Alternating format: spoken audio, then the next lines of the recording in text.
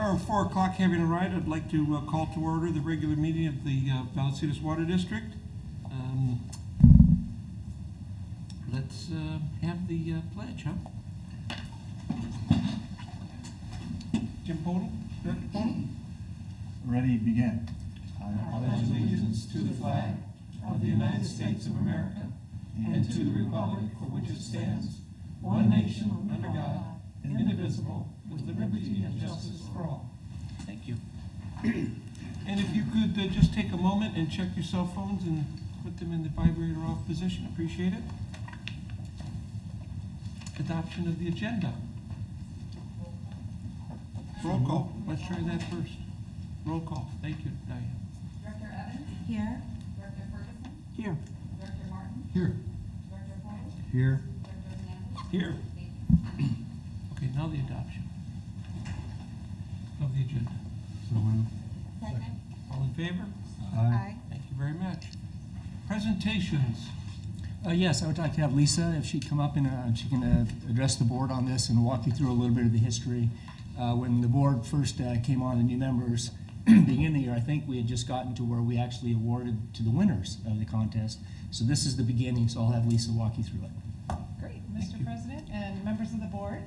I'd like to talk to you today about the poster contest. Every year, Vallecitos Water District and the North County Water Agencies sponsor a water awareness poster contest.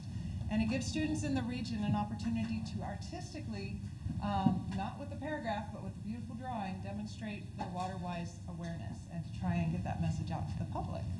The contest was first held in 1991, and it was developed by the North County Water Agencies, which is a group of 12 water agencies in North County spanning from Oceanside to Poway.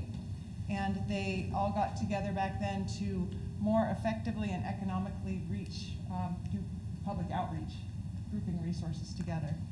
Since then, the contest and the calendar have become very popular. Our customers love them. They come into our lobby and they ask about them every January. Where are the calendars? Where are the calendars? They love them, so that's been a great thing. And it's been such an instrumental tool for reaching the young, impressionable population that we serve about the virtues of water conservation. Through presentations that the district gives to the students and also through a wide distribution of the calendar, we give the next year's calendar, we give it to all the fourth graders in our service area. So it's a huge outreach in that way.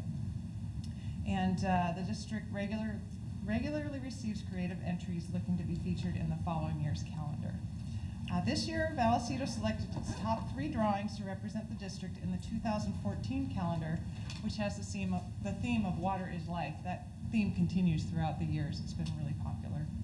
All 3 winners will receive a framed certificate from the district, a gift card to Barnes & Noble, and a goodie bag from the district. And their artwork will soon be on display in the lobby as soon as we get the originals back from the print shop that does the calendars for us. Will also be featured in the fall Splash newsletter.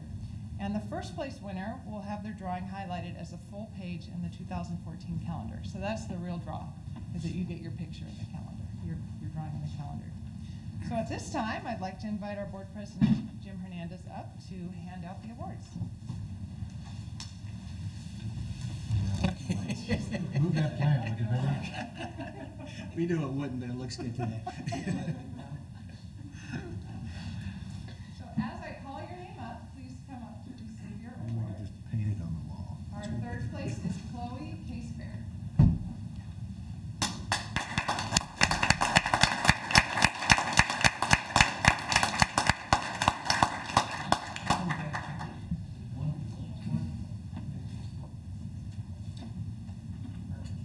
If anybody'd like to come up and take a picture so you get closer, please feel free to.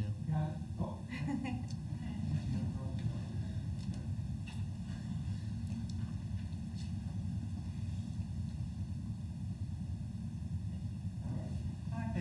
Before you sit down, Chloe is in the 5th grade and attends San Alito Elementary. And all participants were asked an imaginary way to save water for the future. And her way was to make a filter, is that correct? That cleans the water and recycles all the used water to make it clean enough to drink. So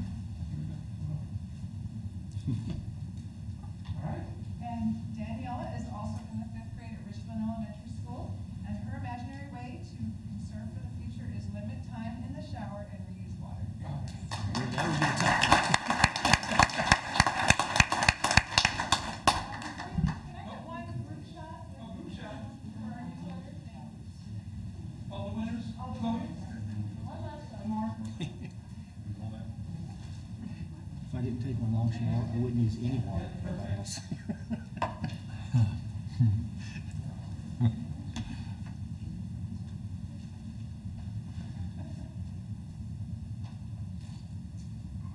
Great, thank you very much.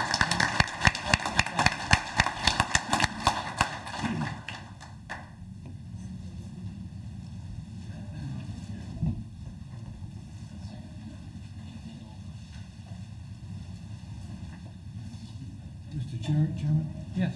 Just as an aside, maybe before they leave, Lisa could tell them when this is being televised. Oh, They can DVR parents, that. parents, hold on. They can DVR it and kids will be able to see themselves on television. Lisa, it will be this Saturday? It's gonna be Monday. Monday. Yeah, We'll get them the information, make sure they get it. perfect. You can DVR it.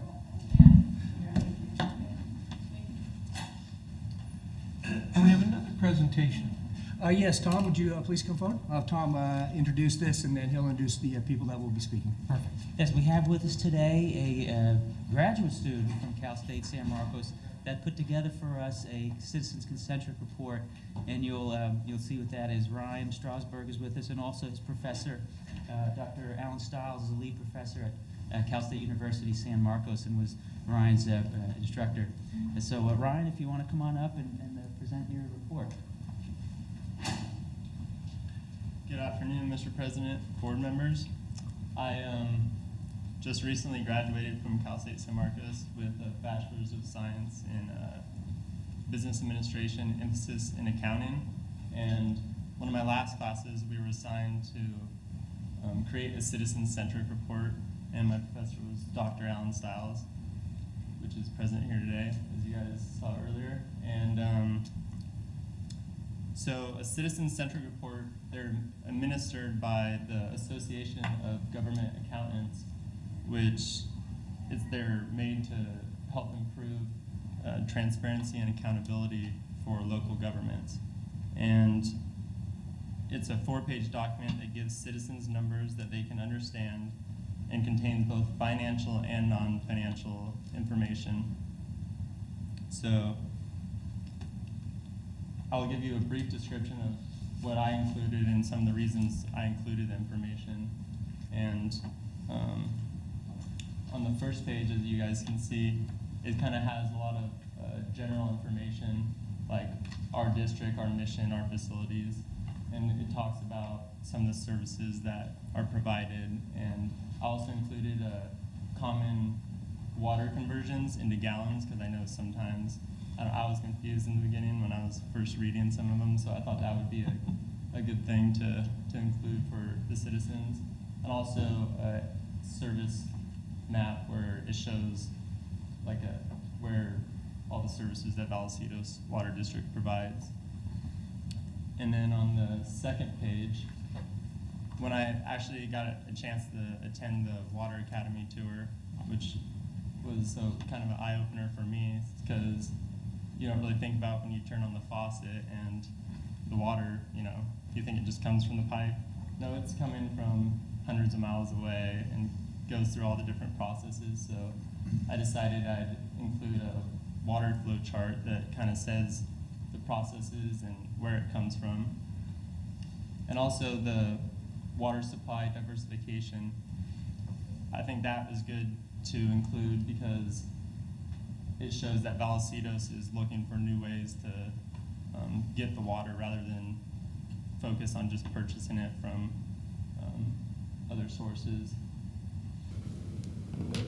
Next page, the third page, this is us accountants' favorite page with the numbers. So this is what I got all excited about. But for some people, they don't have a opportunity to look at the financial information on a daily basis. So I think this can give a good comparison, straightforward from the comparison from one fiscal year to the next, and you can show where the spending or expenses are going.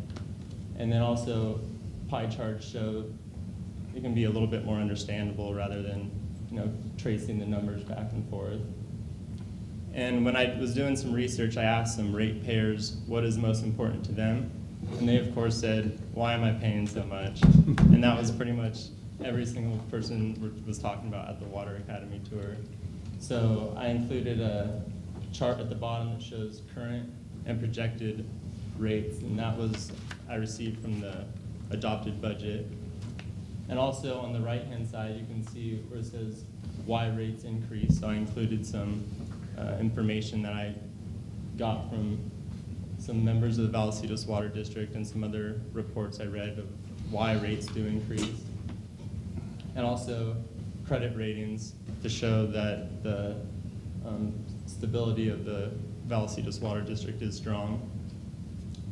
And on the fourth and final page, this is kind of a page on the citizen-centric report that you can include whatever you think is most important. And I thought conserving water would be one of the most important topics for citizens to really understand, and I provided some tips that could help them save water and actually reduce their water bill. And also the future of Vallecitos Water District would be important to the citizens. And of course, I've heard a lot of talk about the desalination project, so I included a summary about that. And also the citizen-centric report, one of the main things it's about is promoting citizens and getting them involved in local government. So I made sure to include a link to the website, information, email, and Facebook so they can get more involved and try to find out some upcoming events and maybe get their thoughts out. I'd like to thank everyone for letting me present this, and I hope it can give some insights about some accountability to the local governments, and maybe give some insights about what you guys can do that get people involved. Excellent. Any questions? Yes. The comment. Excellent report. If you go back to page 1, I thought when I read it, the part that I really liked was it's really hard for engineers and financial wizards to do this, but to dumb it down for the normal person to understand, what does that mean to me? And I always had a problem, up until 6 months ago when I was elected, understanding what a unit of water was. Yeah. I get to use 5 units. What does that mean to me? Yeah. It never meant anything, so now it does, and you have it up here, which is very good. So I think dumbing it down is getting to the general public. They all want to know the same thing. Yeah. Why I pay so much, and you can explain it to them. Yeah. Excellent report, excellent job. Thank you. Thank you. Well, I was just want to reiterate that I actually will put this conversion chart in my stuff, because Yeah. every once in a while, I've been around long enough, and it's very difficult, even when you explain 1 acre foot, an acre covered with a foot of water. Yeah. Even that, to a lot of people, is very difficult to understand. I also love that you're on our first televised meeting, and you get to tell us how important it is for the citizens to be involved. And thirdly, did you come up with the perfect answer for why the water costs so much? Because if you have I think it's sellable. Yeah, I did not come up with it. I think it's a combination of many different things, and I think what I saw in the Water Academy is how much actually goes into it. So I think that was one of the biggest things. That really was a good learning process for our citizens, do you feel? Yes, I definitely think so. This one is actually for John and Tom. I noticed he'd fit right in. So keep them in mind for the next opening. I think there was some recruitment talk, but I'm not quite sure. Beautiful job, Ryan, really, Thank you. truly. You- Thank you for sharing that. Director Ferguson? I hope you got a AAA grade on this. You did. Thank you, Prof. Any Very questions? good. Thank you. I do have a couple. How long did it take you to create this and put it all together? Well, it was actually my last class, and so it was a summer class. So it was actually only 5 weeks long and a 2-unit class, but I worked quite a bit of hours on it. Excellent Tried job. to get reviews and what people actually think, or change it around a little bit. So Excellent job. Excellent job. And, what is interesting, because of everyone, that's exactly, why are my water rates high? On your chart where they've risen, I would have liked to have seen personally, because I always wanted to know So what has the cable rate been over these last 5 years, and what's the Yeah. SDG&E rate? This is the cheapest commodity Yeah. that we spend, but unfortunately, it's, the one that's right in our face. But congratulations, wonderful report. I was involved in the senior experience some years back, and again, doing a wonderful job out there. Thank you. Yes, Dennis? If I could, and back to what you were saying, the nice thing was Ryan pulled all this together himself. Yeah. From all the resources that he could find, pulled it together. I know we saw a final draft, just to make sure some of the statements, but when Tom did it, he didn't edit the report, he didn't edit the content, that was all Ryan, so he pulled it together. If you've noticed on the agenda item, I think it's 2.10, leads right into this exact same thing with the Special District Leadership Foundation transparent that'll go on the webpage. So we will be posting this on our webpage just as exactly what it is for presentation. And you'll also be seeing Professor coming back before this board at some point in the future, because he is our champion in the business college at CSU San Marcos to keep that program moving forward that we're trying to get from an educational standpoint to get people into the business. So Dr. Stiles will be our point of contact there. Yes, George Ferguson? Yeah, thank you. I had one question. Are we going to make this excellent report available in the lobby and in kiosks so that the ratepayers or anybody coming in can pick it up? You bet. And I do have an additional question. I do see it says citizen-centric report for, in here, is it identified that this was your product from San Marcos University? No, it was specific. Because it looks so professional that it could have come right out of our PR Yeah. department, and I wanted to make sure that citizens knew that this was an unbiased look at it from a citizen's perspective. It was specifically made to show that, like, it's coming straight from a local government, so no, it doesn't have anything. Put a big stamp on it. We'll make sure that he gets the recognition for doing that. Absolutely. Yes. A quick question now that you have this very nice report and very citizen-friendly, how are we getting it out to the citizens? I think what we'll probably do is, normally when something like this does pop up, we'll do a press release to let them know that we have it, make it available to them. We will put it on the website as well. Very good. The press release is always the tricky part. They get so many, they pick and choose which ones actually make it in. But I believe there'll be a reference in probably the next newsletter as well. Can to it give a go link as to a it. tag along with splash and insert? Yeah, so I say what we'll probably do is, it's a 4-page document, so that would make Splash twice the size from an expense standpoint, but we can reference it in with the links, they can go to the website and look at it. Yeah, absolutely. I just have. Yes. I want to thank you, sir, for having a class that produces such a lovely report from your students. Obviously, you've had a great time at Cal State San Marcos. Yes. And this, I would love to, maybe we could divide it into 4 actual inserts into Splash over a time period. That's just a suggestion too, but if we would like, you've picked part of it, if you had had more time or more pages, are there other things you would have put in this report? And I'm hinting at, if you don't want to do this, could you pass it on? to He already someone? graduated. I'm done. I'm I'm checking telling off the you, box. before he realizes he could ask for money. Do you want an A++?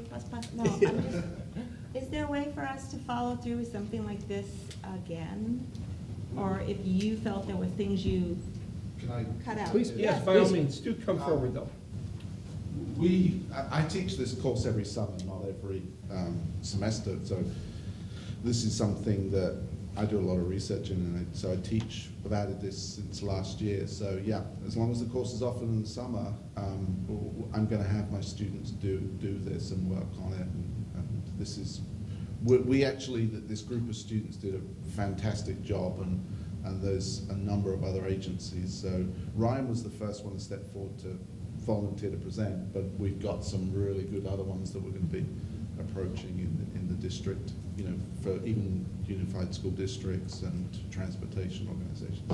So we can, if we talk, catch up, I think there's a way that we can help you if you want to do this again as an ongoing basis. I think that it'd be a great program that we can set up and students can help you to do that. I was just sure he had part 2 and was done and have it Well, published. for the Association of Government Accountants, this is actually part of a report or tool that they use, and it's limited to 4 pages.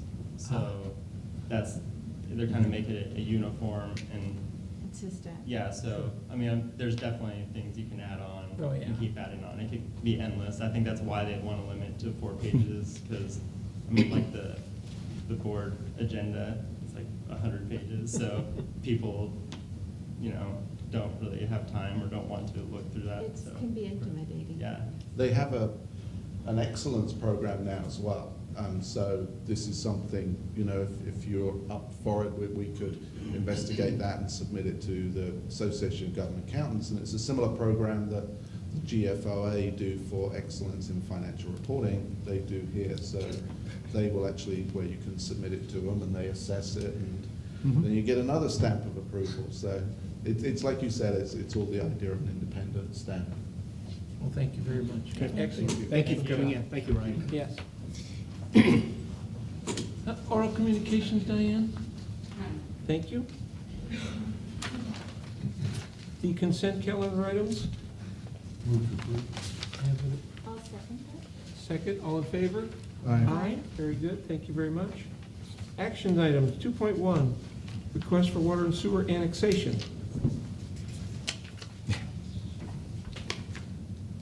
Let's see, we'll get the first slide up here.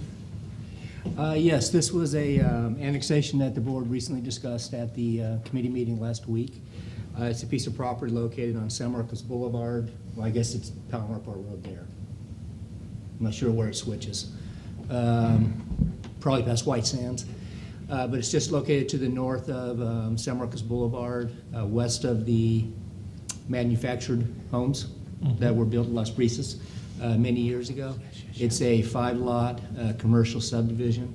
The action does require annexation to Vallecitos for water and wastewater, detachment from the city of Vista, and the detachment from, Vista Irrigation District and the sewer, Buena Sanitation District. On behalf of the county, it does require LAFCO approval. The terms and conditions are included with the staff report, and staff would recommend approval of the annexation. So move.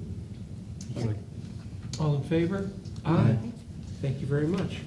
2.2, approval of the construction agreement. Because Jeff is here on behalf of San Alejo, we're going to really drag this out. Yeah. The next 4 action items are actually one right after the other, but I'll talk to each one of them separately and get separate action. This is for, as shown on the picture, a unit, they've got quite a naming here, San Alejo Phase 5, PAS Unit 2.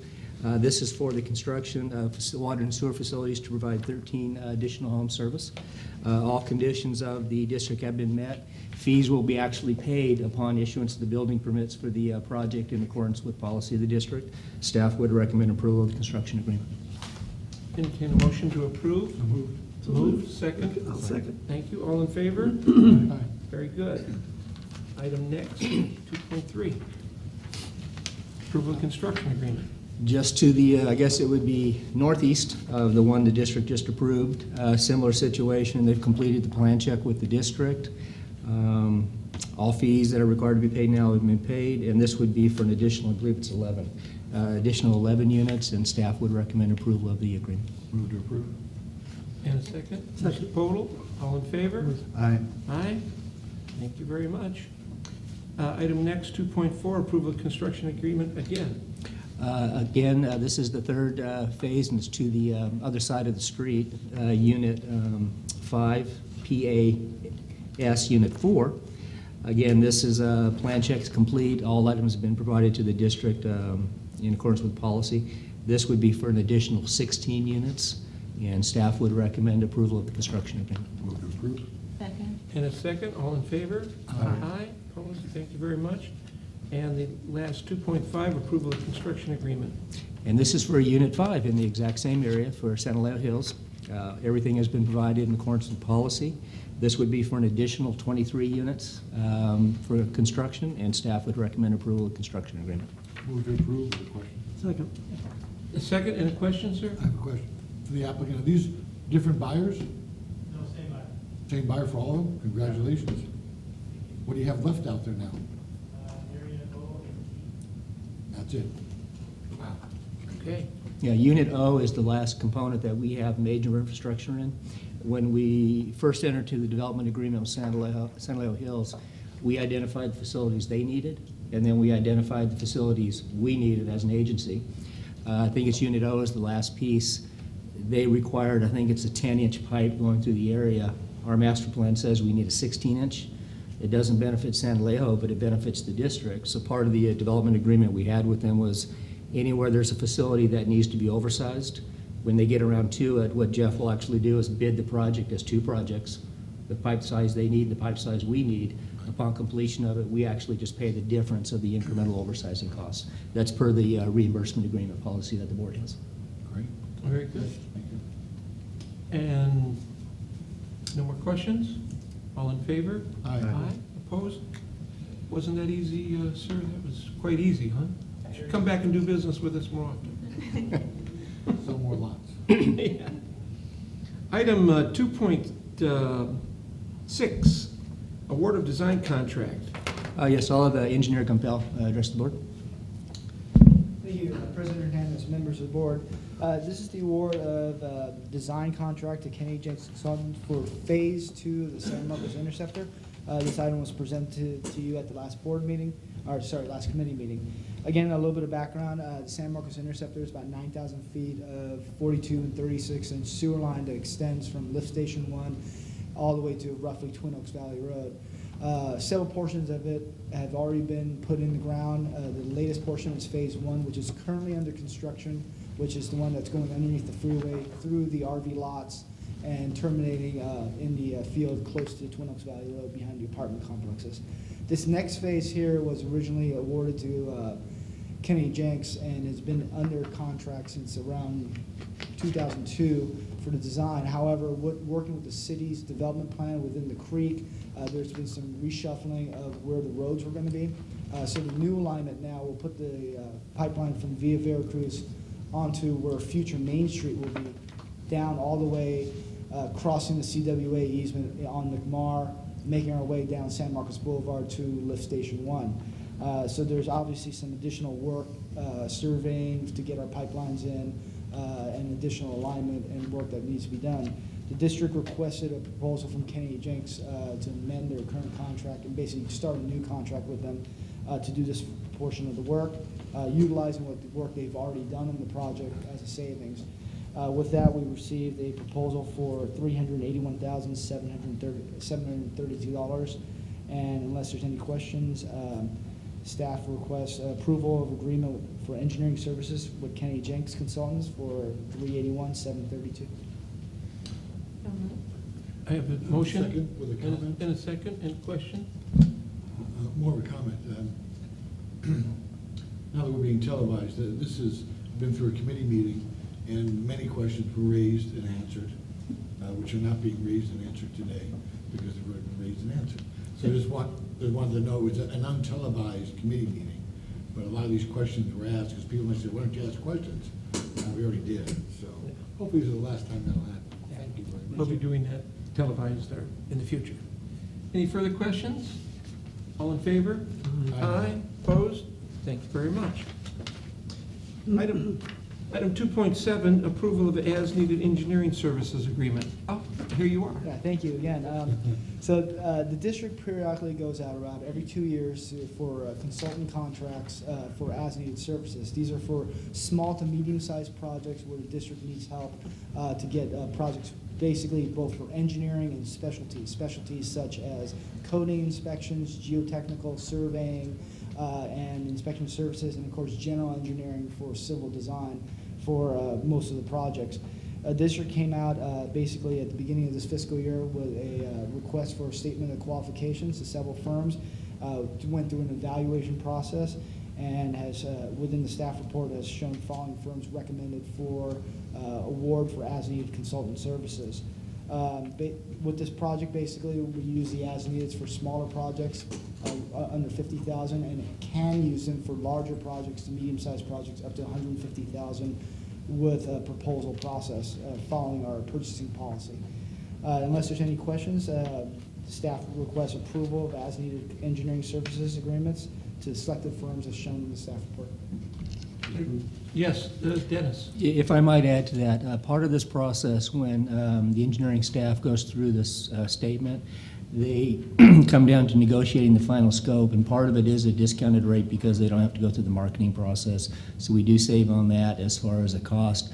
Plus, it's a 2-year rate. They're not provided an escalator into the second year. They have a flat rate to both years. So it does provide some savings to the district as well. Entertain a motion to approve. And second, Director Ferguson, all in favor? Aye. Opposed? Thank you very much. Thank you. Item 2.8, the cost of services study report. Assistant General Manager Scalioni, speak to this. President Hernandez and members of the board, you have before you as item 2.8 in your packet a report on a cost of service study that was prepared by Black & Veatch Corporation Consultants.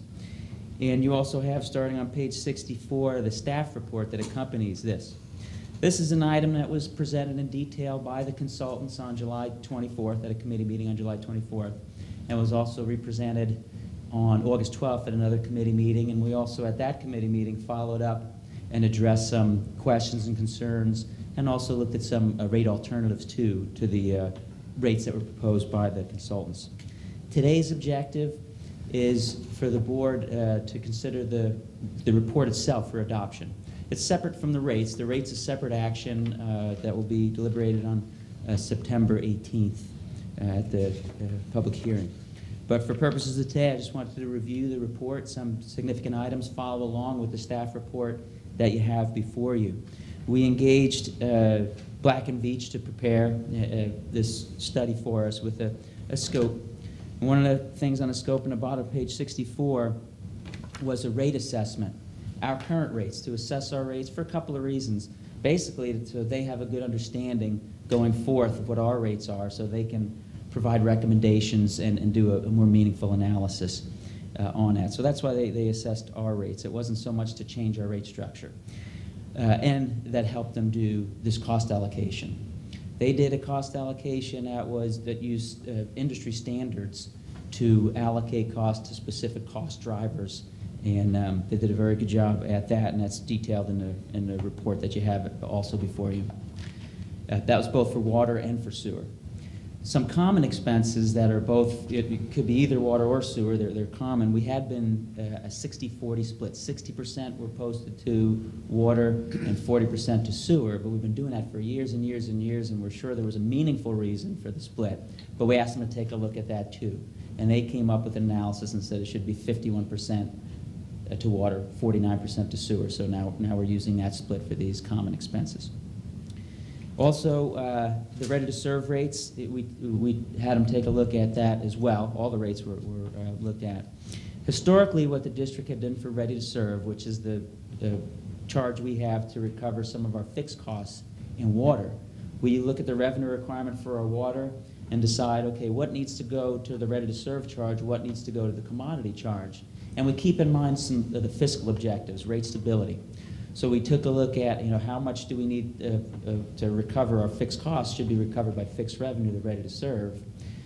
But then we also kept in mind the objectives of the California Urban Water Conservation Council, their best management practices 1.4, which is at least 70% of your variable revenue on the bills should, 70% of your charges should be variable to induce conservation.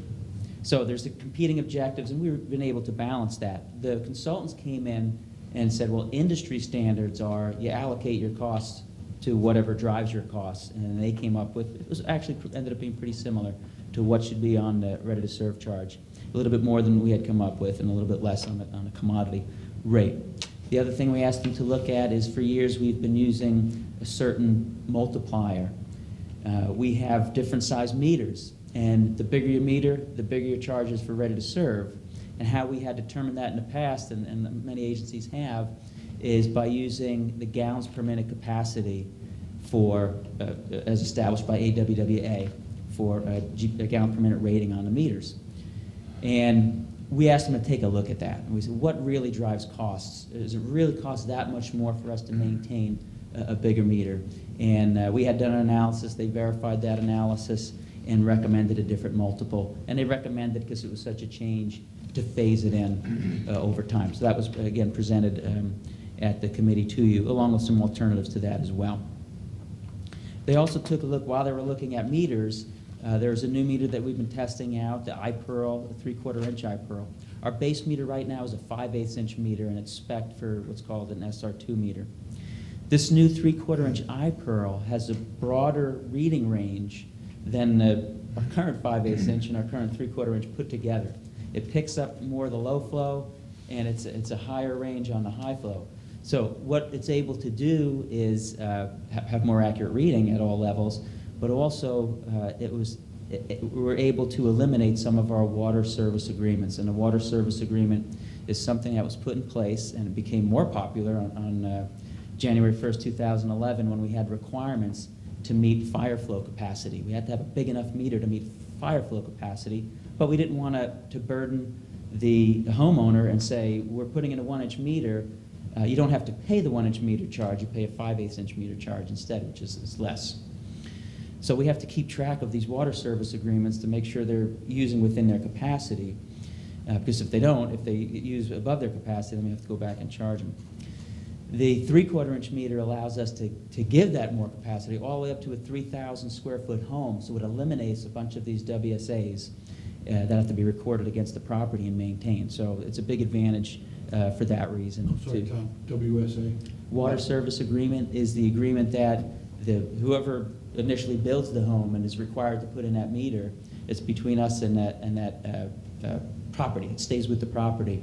And it's recorded against the property, and it basically says if you use 30 units of water for 3 consecutive months in a 12-month period, you're really using above the allotted capacity, and then you owe the additional capacity and a higher ready-to-serve charge, because you're really using a 1-inch meter at that point.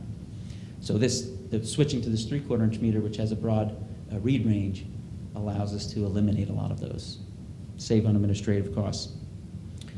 And that's a recommendation that will be coming forth to you. A lot of the items on here, some of the recommendations are going to be after the board accepts this report, and we'll talk about that at the end of this report. Water consumption rates, we also asked them to look at water consumption rates as well. Again, not to change the structure necessarily, but to validate it and make recommendations. One of the recommendations, they looked at currently what we do for a tier structure to induce conservation.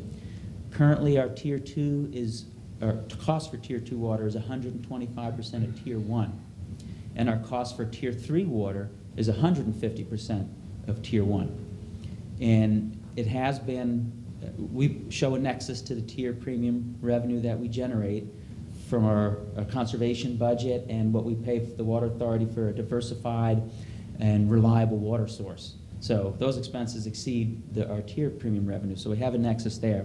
But they took a look at it and said they actually applied something much less arbitrary, and they actually looked at flows, 10-year average and 3-year average of flows, compared average flows to max flows, compared minimum flows to maximum flows, and they came up with your tier 2 should be 140% of tier 1, and tier 3 should be 230% of tier 1. That's a pretty big change, so they recommended to phase that in over the years, and that was before you at the last 2 committee meetings as well. On to the next page, they looked at sewer rates as well. Currently what we do for sewer rates, residential pay a fixed charge, and businesses pay on flow, based on flow. We asked them to take a look at what many agencies are looking towards is a strength-based pricing for sewer charge. So they did the same thing they did for water. They said, well, let's do a full-on cost allocation. And they said, what drives costs? What costs are driven by the strengths that are put into the effluent? What's driven by just flow? What's driven by just having a connection? So that they looked at those. It would have been a very big change. So they recommended for now, stick to what you're doing. We already adopted rates for 13, 14 with no change at all. So there's no increase in sewer for the next year.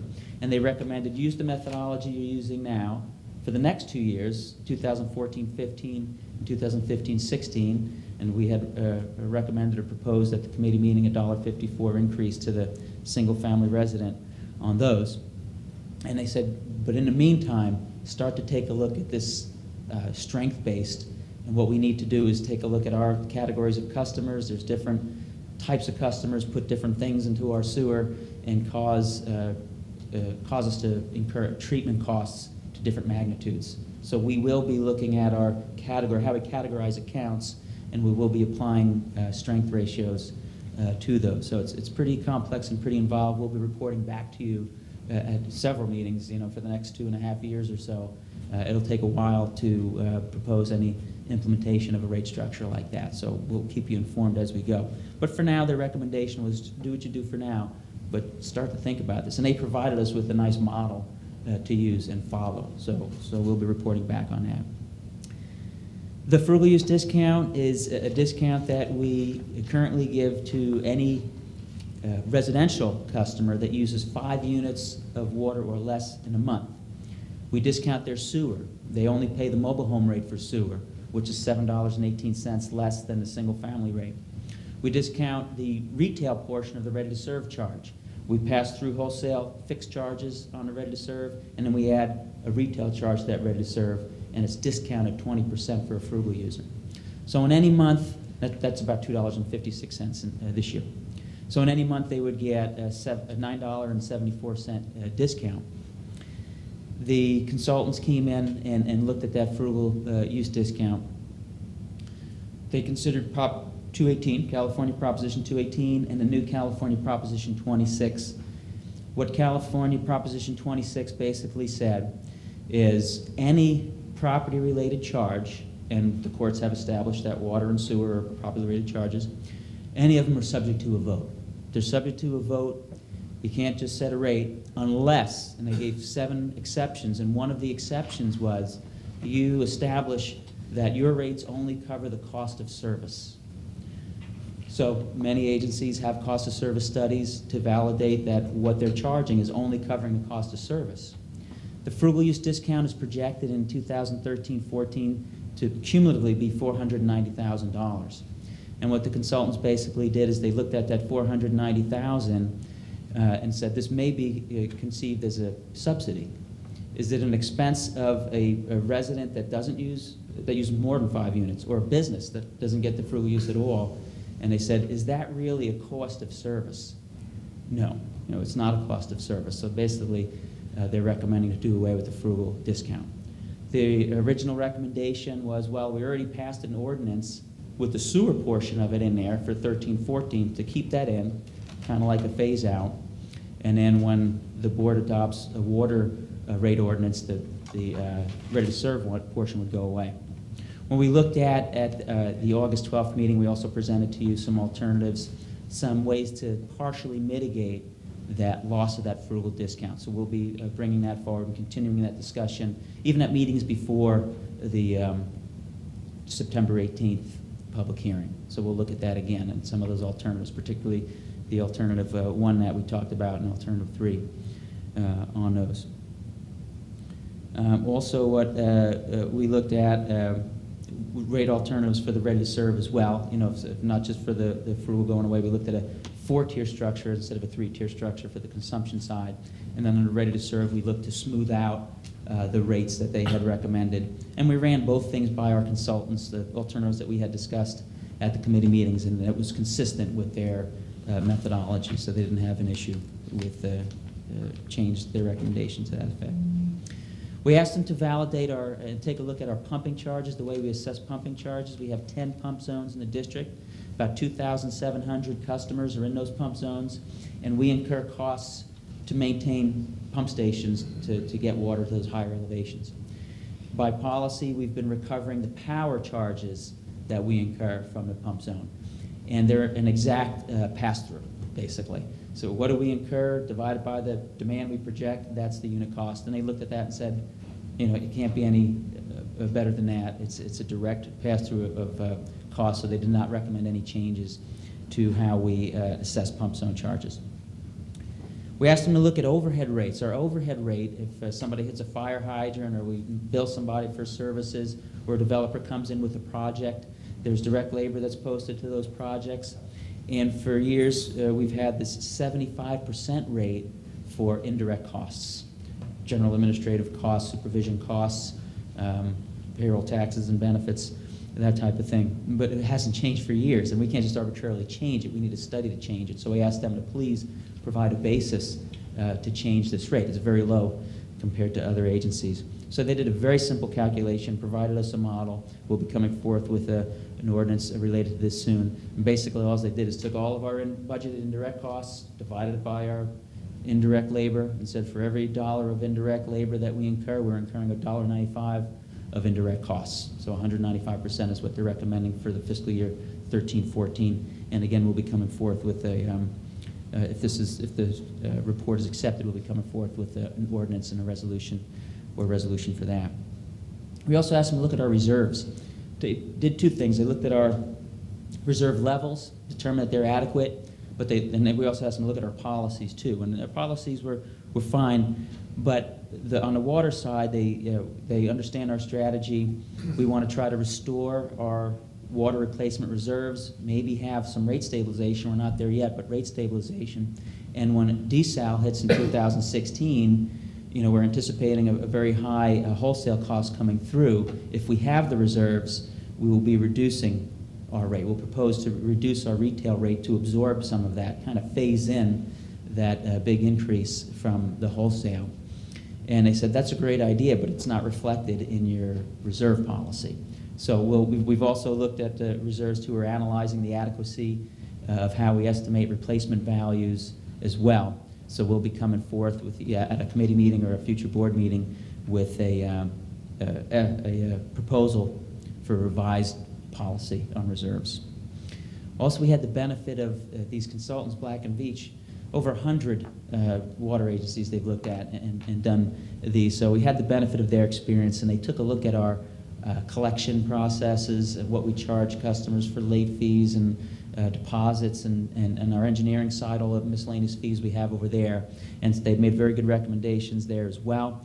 For example, we don't have any deposit requirement right now, but a refundable deposit of about $150 a month, $150 up front, a nominal sign-up fee, and an active meter charge. Right now, our policy is, our current rate ordinance is that whether it's active or inactive, you have to pay the meter charge.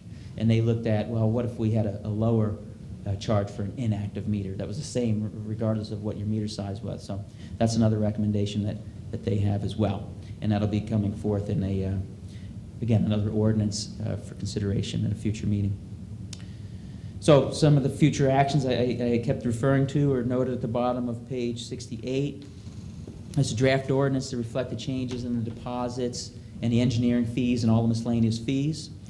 There's a draft ordinance to reflect the reserve policy changes that I had noted, and also to change the basic standard specification for a base meter to make it a 3/4 inch rather than 5/8 diaphragm. Another one, a resolution, would be for our district overhead rate to change it from 75 to 195%, and then to draft to look at our water service agreement policy and consider changes to that as well. If we have the adoption of 3/4 inch as a base meter, it may change how we look at water service agreements, so we'll also look at that as well. So again, our objective today is to ask the board to consider the report that was generated by Black and Veatch and to accept that, and I'd be glad to answer any questions that you might have. Yes, Director Podol? I'm exhausted after all that. Ryan's very alert right now. Yeah, you have an idol out there. He could have done it in 4 pages. We've talked about this a lot for hours and hours at various committee meetings. And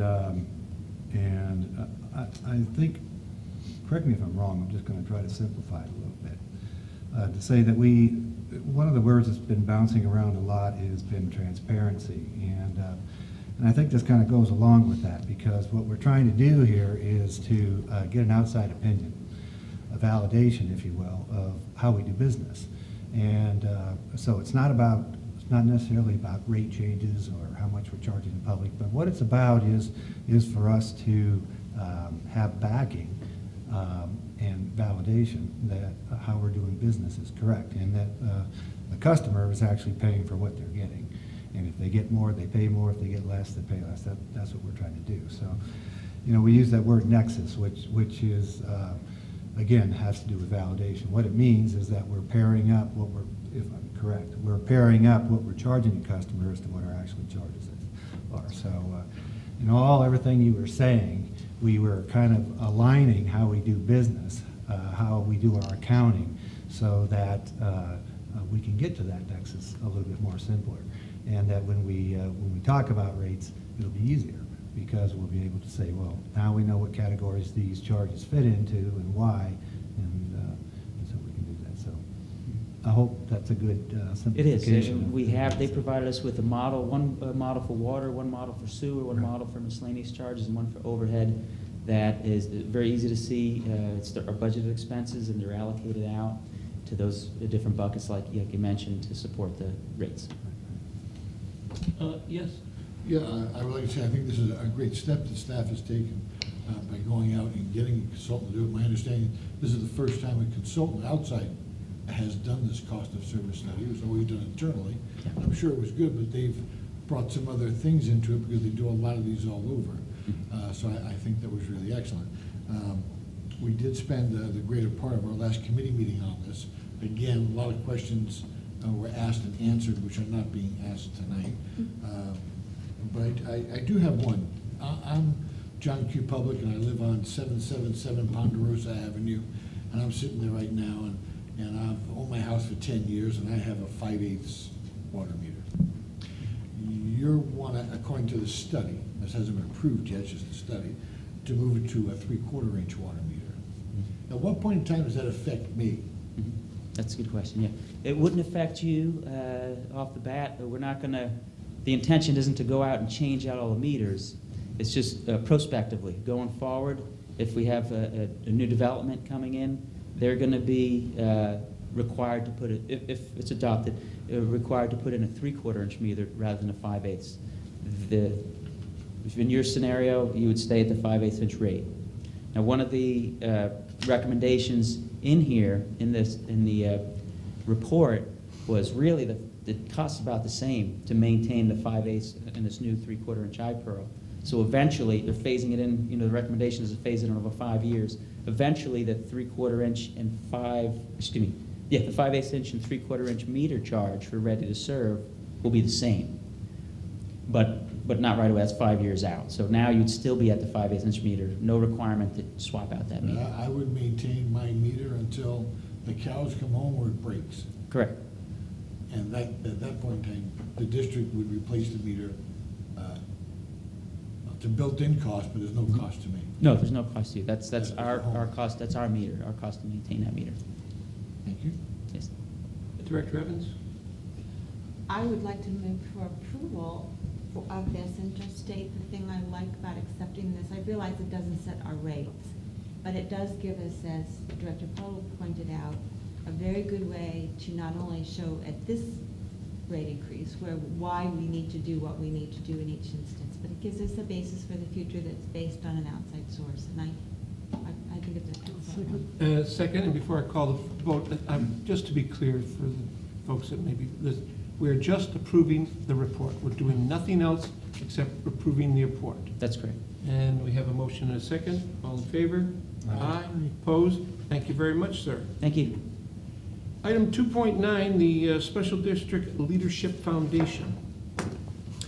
I'll talk about this briefly, then have Lisa address the board. This kind of goes with everything kind of came together at once before the board here tonight. Ryan's citizen-centric report as an outside view by a student, a finance student, what the public would see. The cost of service study, which would be, again, as Director Podol indicated, transparency is probably the wrong word, but it shows the nexus and validity of what we do. And the next item that you have before you, Lisa will speak to it, is a certification program that is the next step in this transparency process. So they all came together at once. Timing every now and then does work out. And with that, Lisa, if you could explain the program, please. President Hernandez and members of the board, I stand before you tonight with the camera behind me as evidence of the district's efforts to promote transparency to the public, be open to our ratepayers. So great timing on that. To continue this momentum, we are proposing to apply for the Special District Leadership Foundation. They have a District Transparency Certificate of Excellence, and we want to do that to further demonstrate our commitment to our ratepayers. Currently, only 2 water agencies in San Diego County have obtained this certification. That's Levenheim Municipal Water District and Vista Irrigation District. And we need to have our name on there too. Aqua recently sent out an email that we received stating that they encourage water districts to highlight their transparency efforts by devoting space on their website where customers can go and get very easily access information about salaries, about board meetings, financial documents, policies, etc. And so this transparency certificate, the requirements fall directly in line with what Aqua is encouraging water agencies to do. As shown on the screen there, we have our homepage of our new website, which is coming soon. And as you can see on the top right, we have a special page devoted just to transparency. I don't know if you remember that from the last time. And that link will have all sorts of information where customers can easily access the information we just talked about.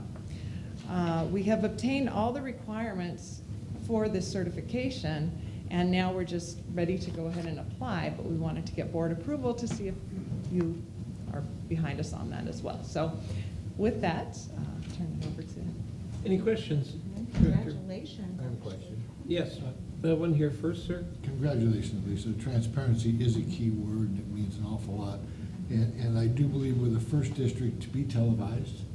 So fantastic on this board and the staff are putting it all together in a relatively short period of time.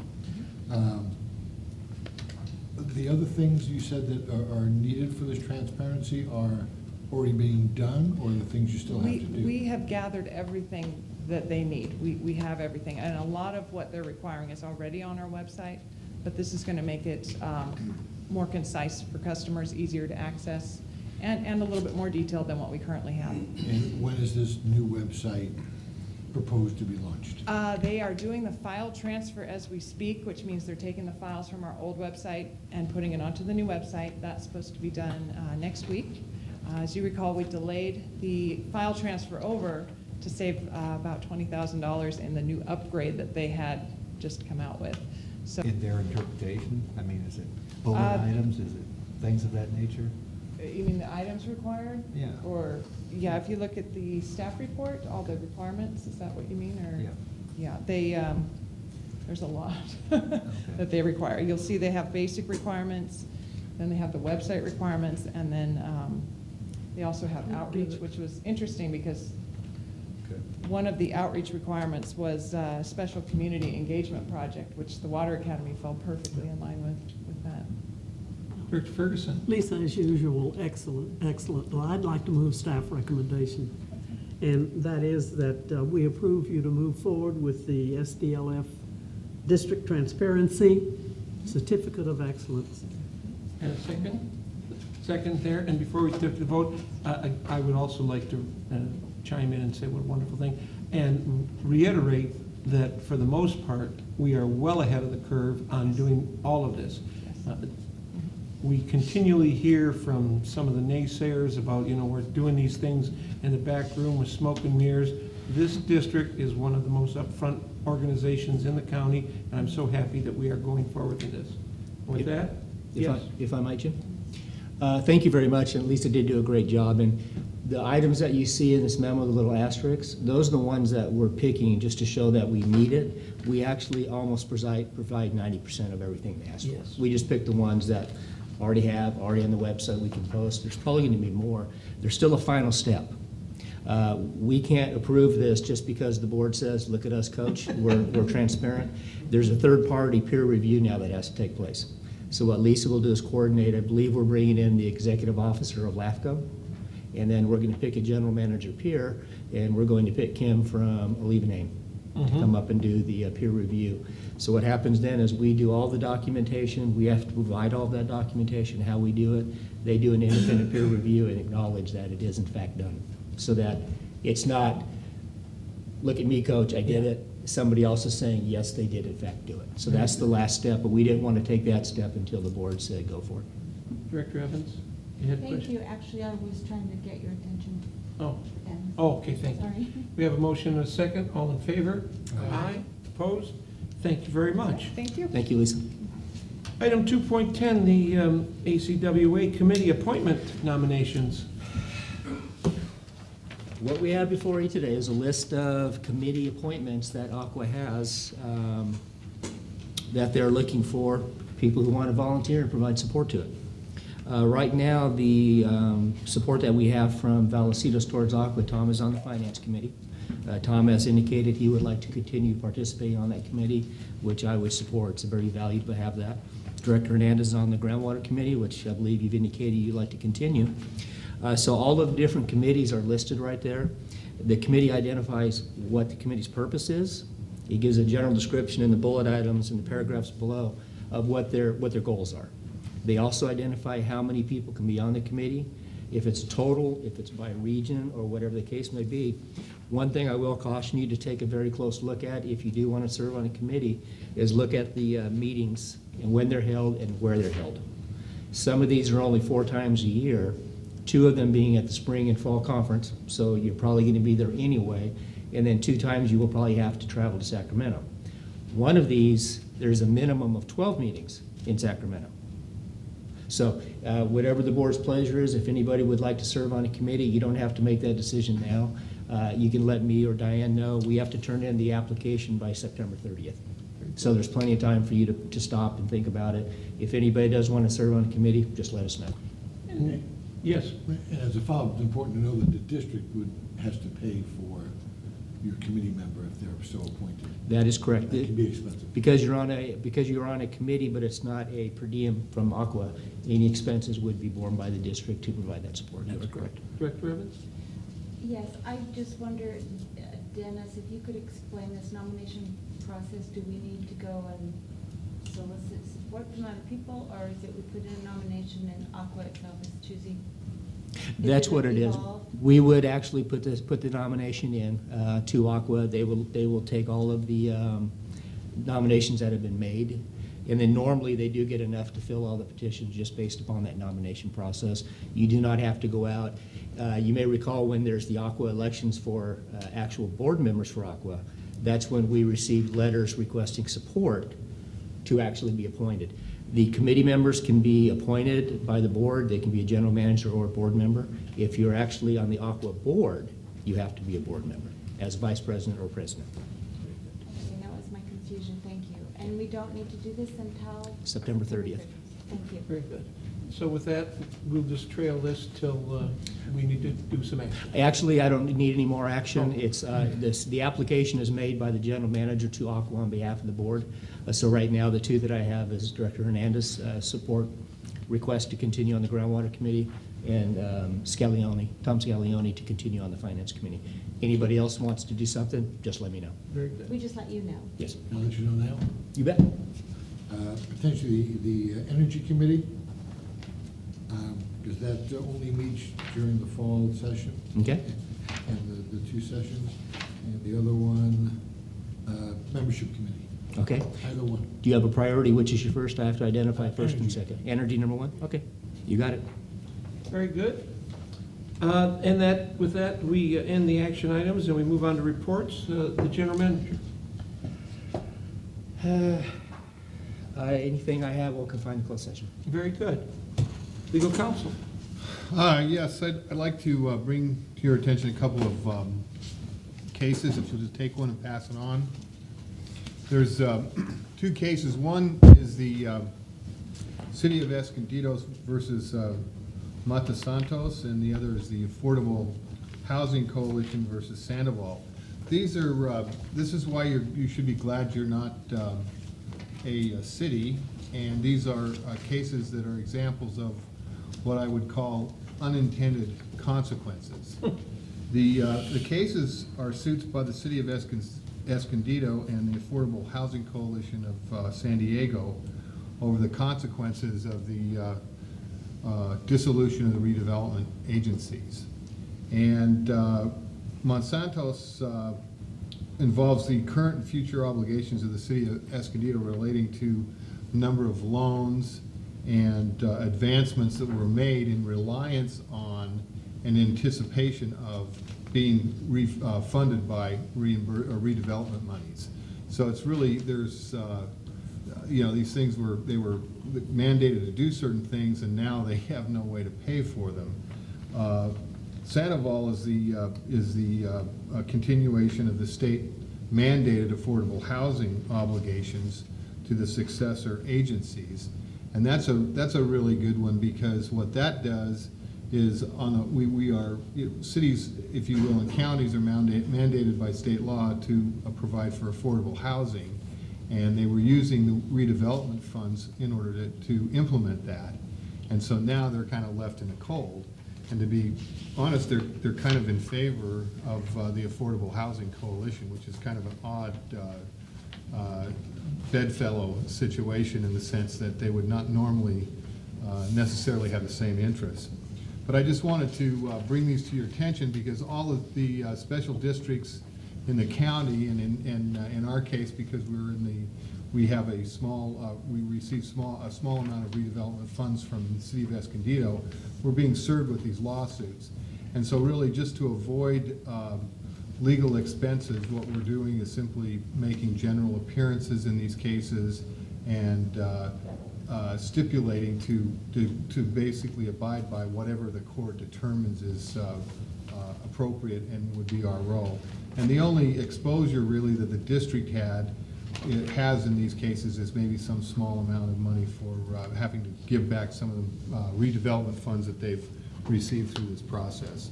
So I just wanted to bring this to your attention, and unless you feel otherwise, we're just going to proceed to try to minimize the legal expenses on these kind of cases, and just get along with whatever determination is made.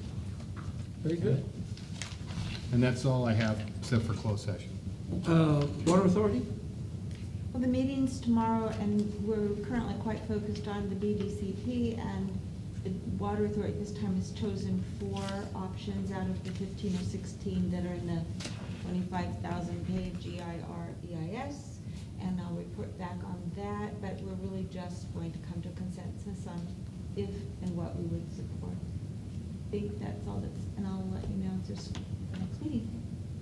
Encina, Jim, anything? No, nothing since the last meeting. The PFC didn't meet this month. And I do have something relative to the Capital Committee, which we held this morning, and standard fare until we got to the rehabilitation construction. The interesting part that came out of that was twofold. One, so I don't get it wrong, the affluent conjunction structure, which is, and Kevin exemplified it perfectly, it's like repairing the front door of your house while people are walking in and out of it all the time. So it's a big deal, and it's quite complicated. Had it engineered, had an estimate, had a bid, estimate was 14% wrong, and they're going to discuss, well, the discussion came up as to, so now what to do. A couple of us on the board suggested a total rebid. It didn't pass. They're going to try and negotiate with the lowest bidder. What was interesting that came out of it is that there was no discussion either by the Capital Committee or the board as to the direction to take from the beginning. It was all engineer-driven, and you can argue one way or the other, depending upon philosophical directions. You've got the replace folks who just want to put in a new one, and you got the old school guys who say, well, hey, we got a structure, let's fix it up and clean it up and do it that way. But the decision of which way to go was never brought to any of the voting members, and so here we are, dropped in our lap that it's out of budget. Secondly, the original engineers, they're standing firm. That's the only way it should be done. If you want it done anywhere else, get somebody else to do it. And it's interesting because having done work as a professional architect for school districts, yeah, if it's out of budget, buddy, you're going to be doing it back on your nickel. So it's a difference between professions. They are confident, and I'm confident as well. I've never in a negotiation of a contract that I didn't meet the goal. So they're confident that they're going to meet the goal, and if they don't, then they will take it back to a rebid. But it seemed a bit less than perfect the way it was delivered. So that was the pretty interesting meeting today on Capital Committee. Yeah, it is an interesting structure. It's not quite the size, about 3/4 of the size of this room. It's an extremely large buried vault, and there's close to, I want to say, 28 to 35 million gallons a day of wastewater coming into it. And as everybody knows, the wastewater does not turn off. So if we have a water main break, it's really no big deal. We turn the valve off. The wastewater side, it never stops. So they have to do it live. And that was part of the discussion they went through, is how do you rehabilitate a structure that is 10 foot deep in wastewater all the time? Or how do you rebuild a new one? And that's where they're going at. And one of the options I think they're going to look at is the majority of the structure is in good shape, sound shape. It's the roof, because of the sulfuric acid attack over the last 30 years. Mm-hmm. The top of the structure is gone. It's I don't want to say completely eaten away, but there's not much left. Right now there's temporary supports in it that are providing it, so nothing will happen. I think what they're going to come back with is a combination of remove the top, build a new lightweight top on it because it's not in a driving area, and then rehabilitate the rest of it by shutting down half of it, recoating and relighting. You may recall that the board approved the project for us at our treatment plant, where we bypassed the influent wet well structure. We're only talking 3 to 5 million gallons per day. Much different pump, much different process. They'll probably rehabilitate the lower half, put a new top on it, and then we're good for another 50 years. That's probably where it'll end up. Yeah, exactly. So that was the Encina report. Director's report and travel? Yes. I did attend this past Wednesday, Thursday, and Friday, the Urban Water Institute's 20th Annual Water Policy Conference, which is held in San Diego at Hilton Mission Bay Resort. And driving down there 3 days and driving back, if I had a job in San Diego, I'd hang myself before I did that every day. I was like, are you kidding? Every day people put up with it. Oh, I That's know. amazing. But it was very interesting. It started off, opening remarks were supposed to be from the mayor of San Diego, but that got changed at the last moment. He was previously busy doing something. But the first day we talked about navigating troubled waters, fixing the Bay Delta. So it was a lot about the BDCP, which is the Bay Delta Conservation Plan, and what they're planning on doing up there if they're given billions and billions of dollars from us taxpayers. And will the Delta Stewardship Council approve the BDCP? How far is this going to go? Then Thursday, we spent more time on the Colorado River and the study, what happens next. Now they've done the study and the reallocations, what's going to go on with that. Environmental viewpoint. We had perspective from the lower basin states, which is Nevada, Arizona, and California, and the upper basin, which is Wyoming, Idaho, Utah. New Mexico. Utah. And Utah, thank you. And interesting on how they look at the water in the different ways, but, and just the other day we heard that, well, 1,075 feet is when a lot of things change.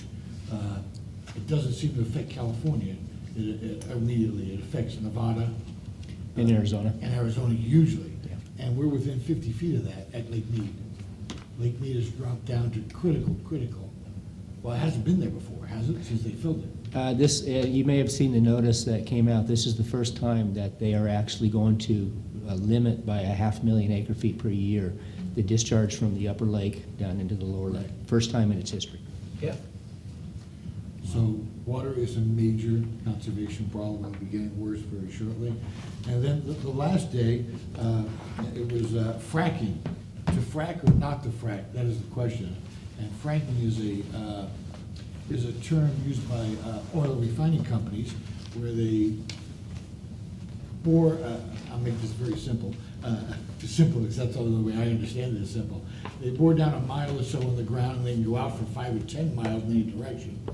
and they push in under pressure chemicals which are known only to them, because it's proprietary as to how toxic they are. And by doing that, it pushes out oil and it replenishes our oil supply. And with that, we have lots of oil. The problem is that underground is where we have aquifers and water. And what if they hit one of those that they don't know is there? I mean, there's so many questions. So it's going to be a huge debate, I think, in California. It should be all over the country right now. There again, the only thing that worse than someone knocking your door saying, I'm the government, I'm here to help you, is I'm an oil refinery and I'm here to help you. It is just amazing how the speaker they had from the oil refining company was a very well-spoken, and I'm going to date myself, a June Cleaver type personality to sell you on the reasons why they're doing it. Leave it to Beaver's mom, 1950s generic mom. And that's who they have represented themselves. And on the other side, governmental side, we had a government guy who speaks like a government guy, and you don't really get him. And had a young man who was very smart, and he was from the University of California. One of the universities he spoke at. His only problem was he had a speech, an accent. It was hard to understand him. So if you were there on the outside, you'd see June Cleaver telling you why it's good. You'd see a government guy giving you all types of numbers and facts that don't mean anything to you.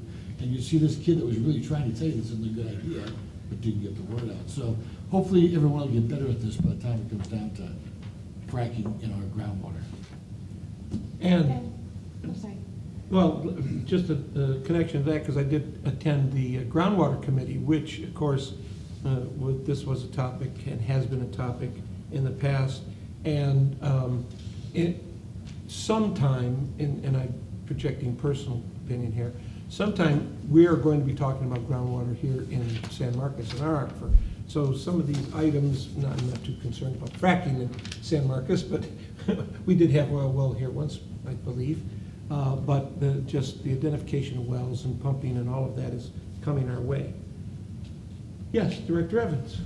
Well, I was at the same conference, and you did an excellent job of saying what they went through, but I had a couple of interesting quotes that I just wanted to throw out, and I will relate. One of them that was said is, the cheapest water is to keep the water you already have.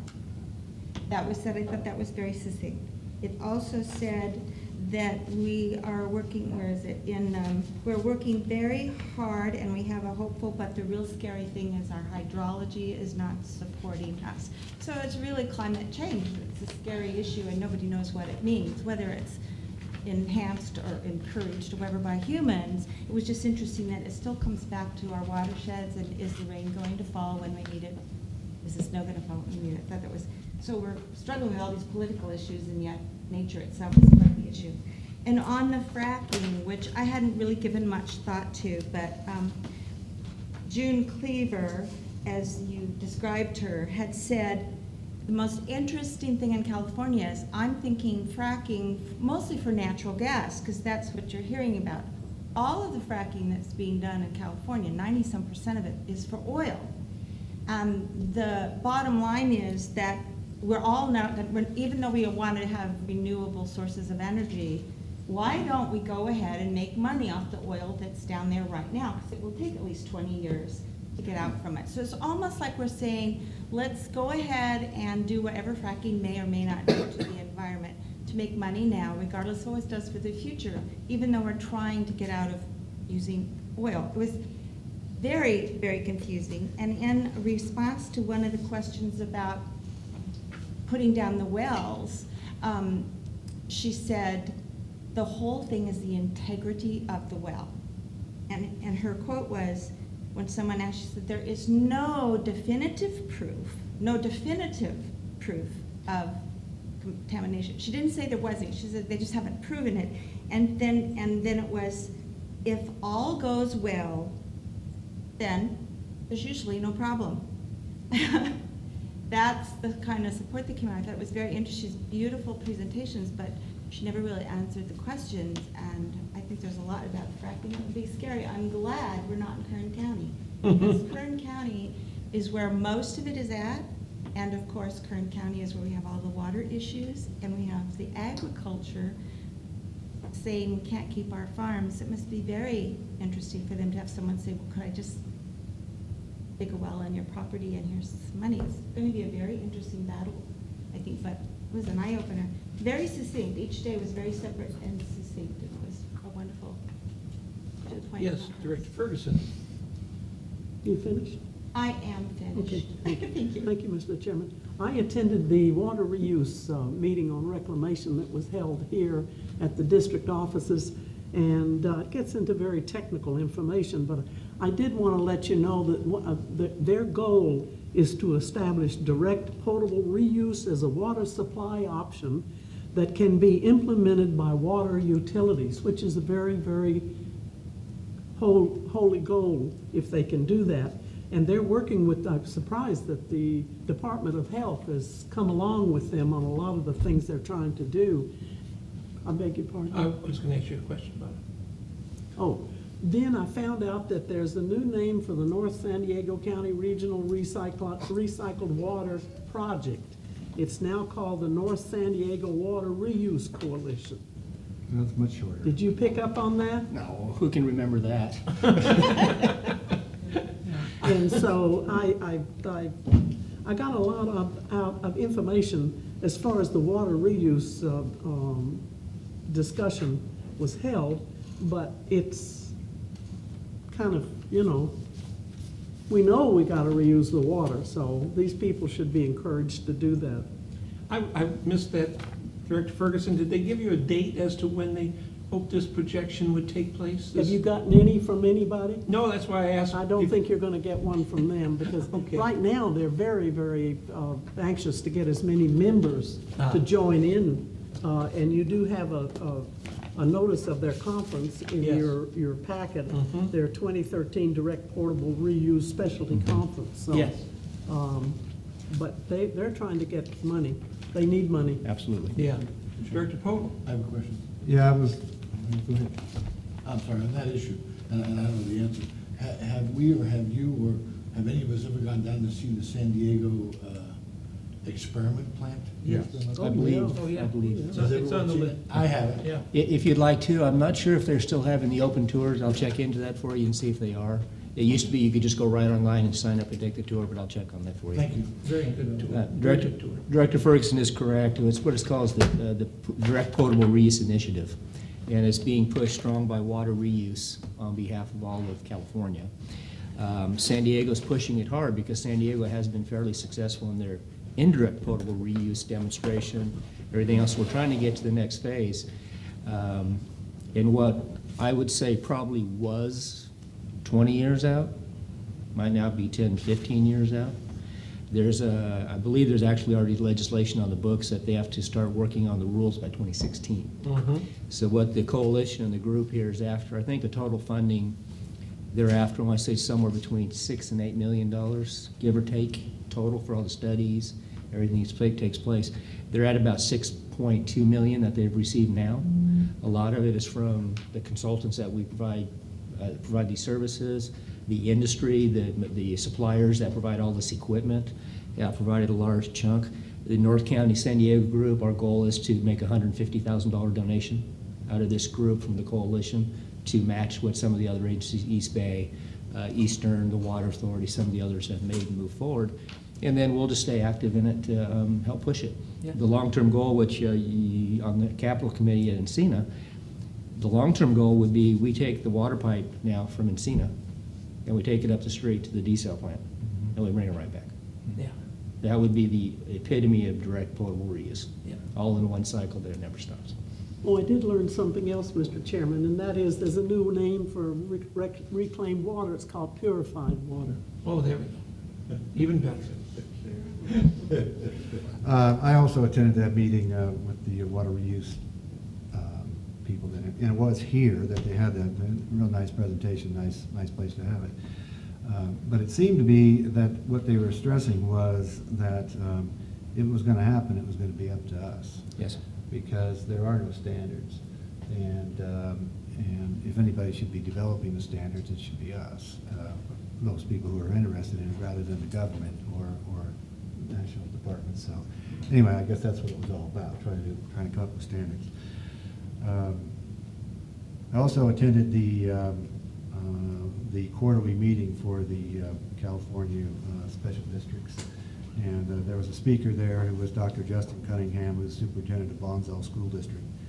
And most of his presentation was about, really about the revolution that's going on in education right now and how to keep students focused or interested in education, because education has been for years taught a certain way by certain standards, and kids are coming in now with a very high level of multitasking. And so rather than prohibit certain types of technology like a telephone, which is you know, a computer, they are integrating that into the educational system. And he's been pretty successful, pretty small district, but still been successful at it, and talked about how they're also creating that at the high school level with a new high school. So anyways, good meeting. Very good. Another meeting? Yes? Yesterday morning, I attended with the majority of the other district, the COWA, Council of Water Agencies, in Stonebridge Country Club. Anyhow, long story short, it was a great breakfast, and the speaker was speaking on the Mexico relations with regard to water in the Colorado River and back and forth. Very interesting to bring us up to date and give us a different perspective on it. Very good. Very good. Moving on to item 4.1, that's the water reuse program. It's November 7th through the 8th, just FYI. And now 4.2, discussion of standing committee and board meetings. There was some discussion, yes, General Manager. Yeah, let me lead in a little background here, as you were going to say, President Manning. So there's discussion to bring this forward. I'm talking about it. I just wanted to let you know from a policy standpoint what the district has on the record right now. Ordinance number 178, that was adopted by the board. That's the ordinance that governs the business of the board as far as minutes, what you can and can't do, per diems, all of the things associated with the business of the board. That is the document that establishes the regular board meetings. So they're established on the first and third Wednesdays of every month at 4 p.m. here at the district. So that's the standing board, and that's actually by policy. The other item that is in the packet is standing committees. The district has a finance committee, an engineering committee, and a legislative committee. There are board members appointed to each of those. We don't utilize that process right now because it's 2 members that serve on each committee, with no member being able to provide a majority on 2 different committees. The third item that's allowed in the policy are special meetings, where the board can call a special meeting. The biggest difference with that is it's a special meeting. It's not agendized. It's a 24-hour notice versus the normal 72-hour. And that also authorizes what we've been providing over the last several years, which is the committee of the whole of the full board. So that's the document that governs the board. The determination of when you have either any of the standing committees, a special meeting, or the committee of the whole, that is not a standing time. It can be called whenever the board wants. The only item that is mandated by policy are the 2 board meetings. What we've been doing from a standpoint to make it easier for the board to keep track of when staff has to have these meetings is every year at the board reorganization, we identified a general calendar that said we anticipate a committee meeting on this date, this date, this date, this date. Those dates are then reaffirmed as we come up to that committee meeting. If we need it, we have it. If we don't need it, we don't have it. Well, we've had a lot of pretty big topics for the board for the last 7 months, as you're aware, by the long committee meetings. So that's why we have had one every single time. But again, that's a ongoing committee if we need it. So, just a background on how we got here. General information, what we have been doing, and that's why the board meetings seem to be a little more cut and dry, is because the committee meetings, which will be start to be televised here at our next committee meeting, will be and has been where we have been going through the details of each one of these items and then making a recommendation to take it before the board. And the holding of individual committee meetings has not been taking place since I've been on the board, although I've only been on for a couple of years, because the fact is that we want all the board members to hear all the information and then have an open discussion. So with that, Director Martin. Just a question to staff. I understand policy and ordinances and either one can be changed by any new board coming in at any Absolutely. point in time. Absolutely. So because the history tells us, doesn't mean it's the way it has to be. No, I was just Just trying. like the cost of service study we're just doing. Because history doesn't mean you have to keep it that way. No, I was just letting the board know, the Counterpoint. only two that are actually of policy are the standing board meetings. Right. Yeah, But that's that the could be only changed. two. Yeah, they can be changed as well, Anytime. yeah. Director Epp. If I remember, this is on here for discussion because we're talking about changing the time again? Is that what it's about? As well as location. Yes. As location? Right. So we need to state that we'll be moving the location. I believe we do. Okay. And how do you, I'm sorry, but how do you know that? How How do we about, know who was what? at the committee meeting? We were speaking about what we would be speaking about. There's no at this staff meeting. report on this. Oh, I was gonna say, did I miss this? No, there's no staff It- it report. Just what we verbalized at the committee meeting. We verbalized that need to be spoken about, and we're speaking about it now. Yeah. So, I think moving it to here is obviously what we need to do in order to be on the camera. And the time-wise, I'm open to the time, but I know there were different reasons why we had different times, so. And I wanted to ask Director Podel, because I know that during these past 4 months, or 3 anyway, that we've moved it to the 4 o'clock hour because of time constraints and this, that, and the other, perhaps of projects you had going. The only thing that I would suggest is moving it back to the 1 o'clock hour because of what we have been doing and what I believe we're going to be doing. These committee meetings are going to be taking some time, and if we start them at 4, we're going to be well into the 7, 8 o'clock hour. And some of the staff that is necessary to be at the committee to discuss these things is an overtime burden that the district is going to bear. So personally, I would like to move it back to the 1 o'clock hour if that's something that can be agreed upon. Yes, Director Polk. Well, maybe a couple of decisions we have to make here, because maybe we have to change the name of that, because it's not really a committee meeting, it's a board meeting. When we're all attending, having our discussion, it's essentially a board meeting, so that may be something that we have to put in the policy as to how that goes. I have it would be a hardship on me, because of the amount of time that it takes. Maybe that's not right to say, but I have a full-time job, so I'm kind of working, 8 to 5, whatever you might say, a lot of different hours.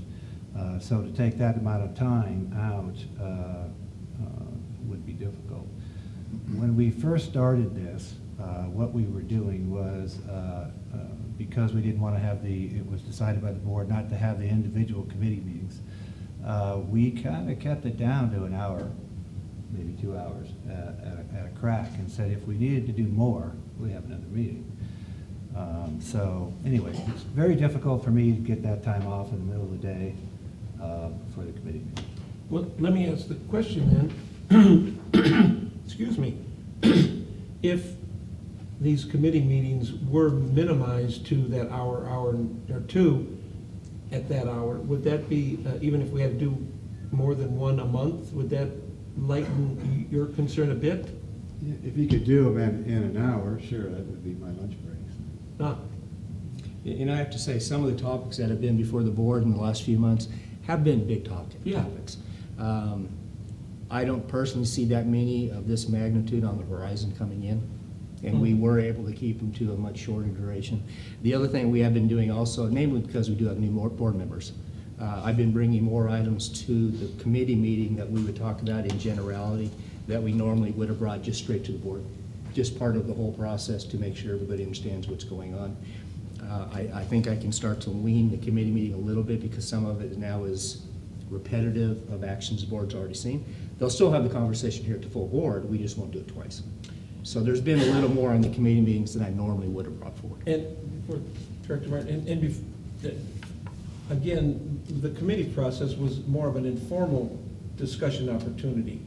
Whether we change it to a board meeting or whatever is certainly up to the board, but I think the making of the sausage, if you will, was something that certainly want to be open and transparent about.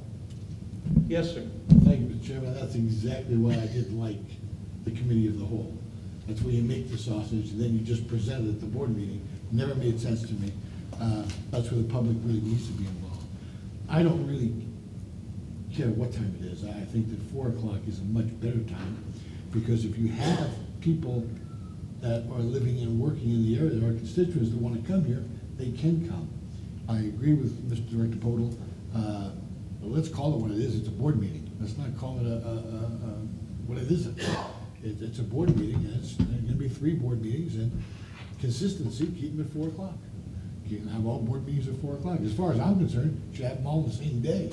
I don't know why you had 2 on Monday and Wednesday, but that's as far as it's like, keep consistency makes more sense to me. Yes, Director Evans? I agree with you, Director Podel, that it should be a board meeting, and I think we, as a board, choose if we're going to get into long discussions and back and forth, so we want it to be more efficient, is kind of how we've been looking at it. Board meeting is, we've done all the hard work, and now we're gonna come to board. They will both be under the televised thing, so public is open to them. I think the 4 o'clock is more appropriate for the opportunity for the public to come. And I personally like that better, but I will come at whatever time is suggested. However, I think a very good point that was made by Director Podel and Director Martin here, and you alluded to it, Dennis, is that perhaps we need to set a limit as so that if the subject goes over in, whether it's the committee board or the board meeting, if it extends too long, we choose to end it and have another one to carry it forward and be able to add that rather than say, oh, we have to do it all in 1 hour. I feel I think that's a big burden to say, we'll do it in an hour or an hour and a half, but we're using your lunch as well. Yeah. And I don't think any of us like going home at 8:30 at night if we can go home at 6:15. Director Podel?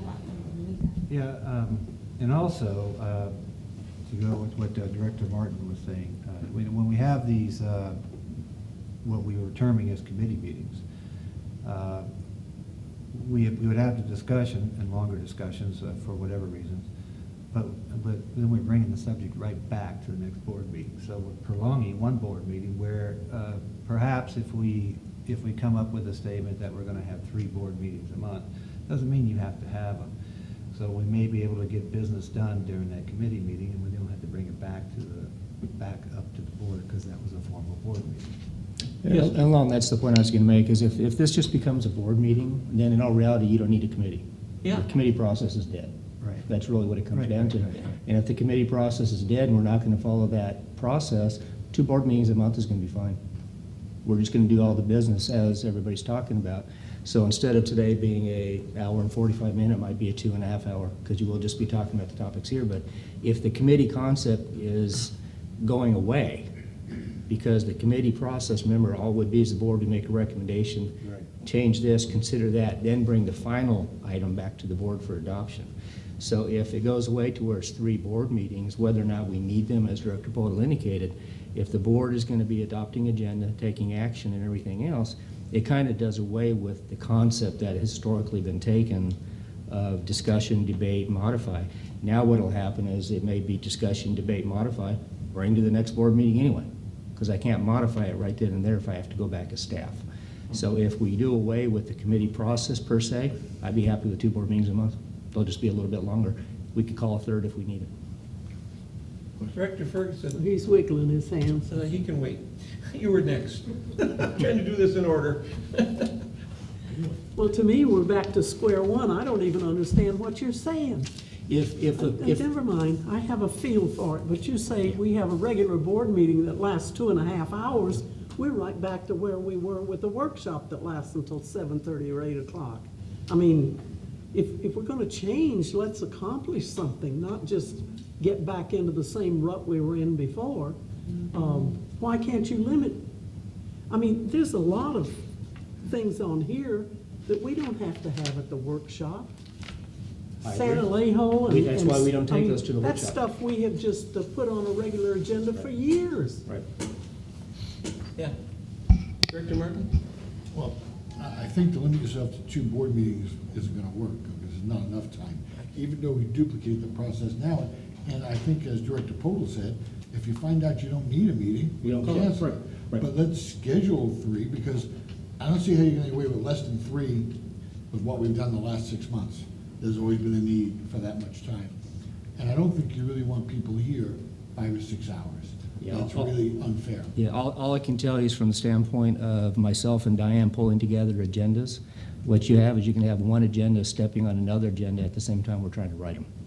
We'll be in the process of developing an agenda, putting an agenda out today for next board meeting at the same time we're having this one. It's just going to be, it's going to be an interesting evolution if we're going to move this towards that kind of a concept. I can just tell you that. Is the agenda process the same?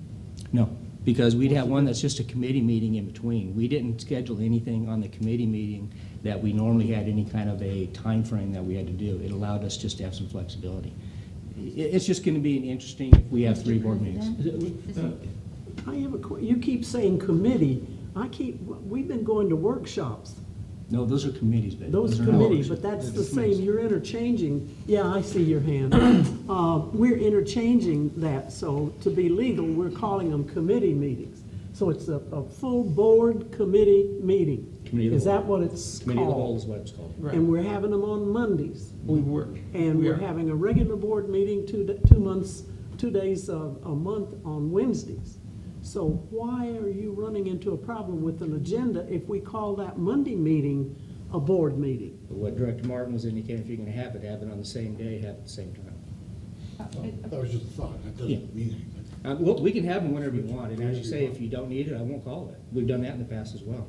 I think we've gotten hung up in the semantics. I think what we're really saying is, we would like to continue our 3 meetings, and we can call 2 of them a regular board meeting and have the presentations and things that we give in our formal. And have it, if we need to call it a special committee of the board, as we have, I don't know why we need to call it a board meeting. I think we can continue with that, knowing that we want to add the caveat that that meeting won't go beyond 2.5 hours if there's more that needs to be done. Because I don't fault staff at all. I don't know how the other board members feel.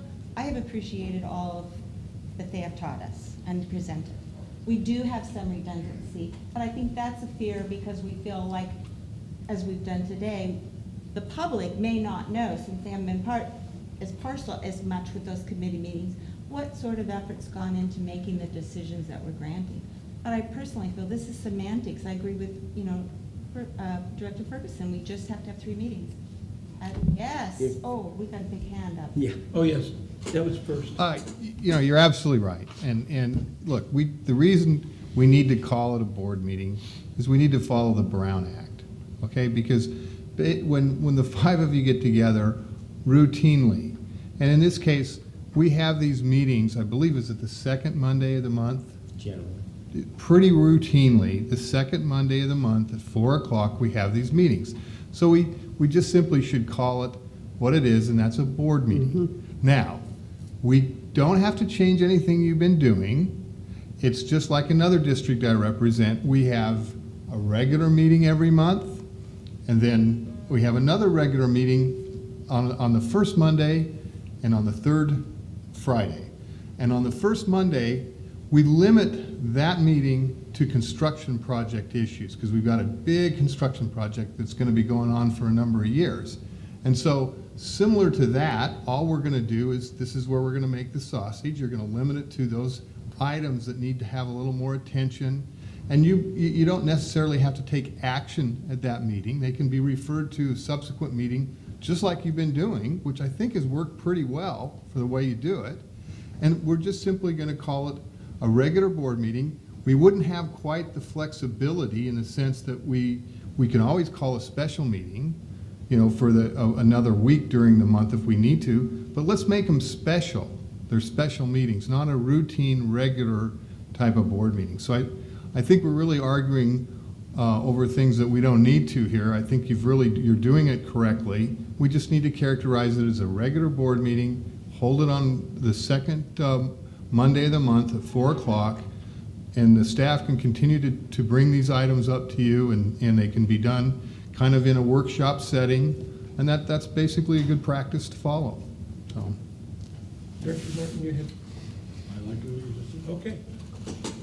Well, General Manager. Okay, I think we're back to where we were. I'm just calling it something different now. Yeah, 1 o'clock, 4 o'clock, 2 o'clock. 4 o'clock 4 o'clock. consensus, 4 o'clock. Very good. 4 o'clock? Okay. Consensus? We're just gonna hold it here.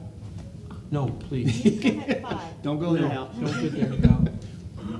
Yes, Director Ferguson? Yeah, are we limiting it to an hour, or are we gonna be coming up against 8 o'clock meetings again? My goal will be to keep these within a reasonable time frame, 1 to 2 hours.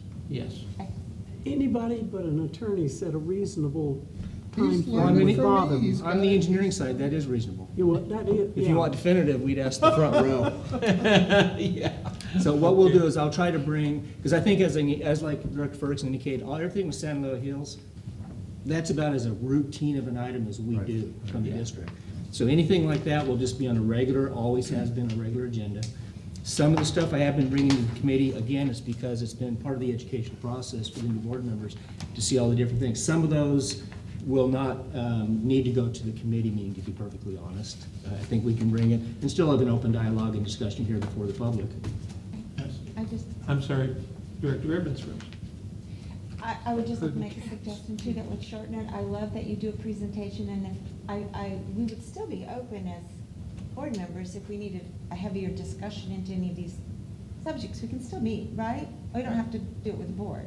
I mean, if you present something, we still have questions, it's okay for us to come and ask you. Oh, absolutely, or- absolutely. So I think we can certainly do that too and Okay. speed the process up a bit in That's that fine. sense. Thank you. Just wanted I'm a new guy on the board, but doesn't the chairman and the general manager make up the Agenda? agenda? Yeah. So I said, what we'll do is So you we'll work control it. time. Yeah, we'll just work it, controlling it to where it's an even Exactly.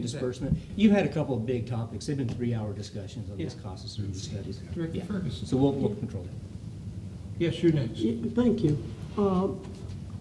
Could I ask the board to consider, if you have something like the cost of service study situation, that you tell us it's going to be an involved, You long bet. meeting, and not let us sit there until 8 o'clock at night, when you lost our attention, probably at 7, you know? Sure. And we can set a special meeting to discuss items of that importance. You bet. Absolutely. Yes? You take away a general manager's tool. That's one of his tools to get rid of stuff. Is what? Puts the tough things on at the end so that you're too tired. That's a tool. They all use it.